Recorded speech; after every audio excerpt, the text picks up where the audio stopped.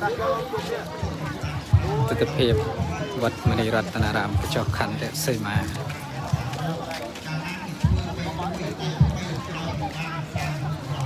ទៅពេលល្ងាចថ្ងៃទី1ថ្ងៃសុក្រមុន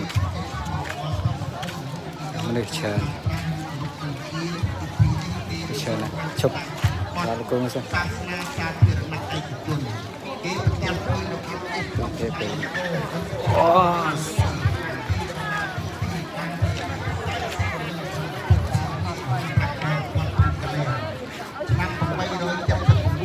ទៅទៅបានដឹកបរម័នទី1ប្រមុខសម្ពោធឆ្លងប្រាសាទបាគោនៅឆ្នាំ281ព្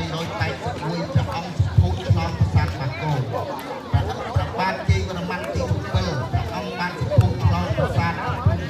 ឆ្នាំ1186បាយព្រះរាជតាសម្ពោធឆ្លងប្រាសាទប្រខាន់ឆ្នាំ